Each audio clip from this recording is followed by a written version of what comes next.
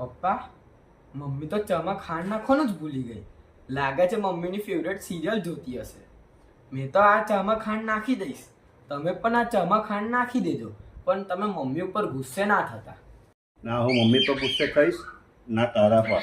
મારા પર? હા, તારા પર. કારણ કે બેટા, મમ્મીથી ચામાં ખાંડ નથી નંખાઈ. કેમ? કારણ કે એ એમની સિરિયલ જોતી હતી, એટલે એમનું ધ્યાન ભટકી ગયું. હવે એ જ ઉદાહરણ તારી સાથે થવાનું છે. પરીક્ષા શરૂ થાય છે ને તારી, તો આજે આ સમય છે ને બેટા, એ ફાફા મારવાનો સમય નથી બેટા. આ સમય છે રિવિઝનનો.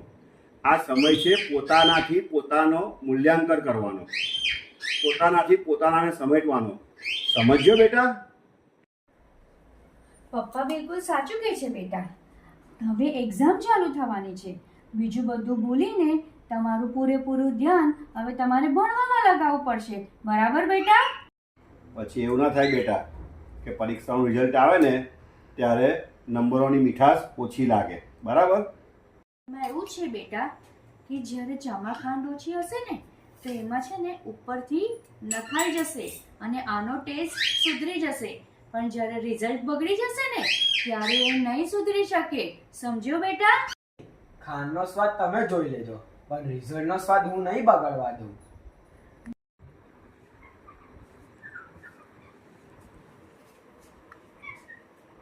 તમારો શું વિચાર છે?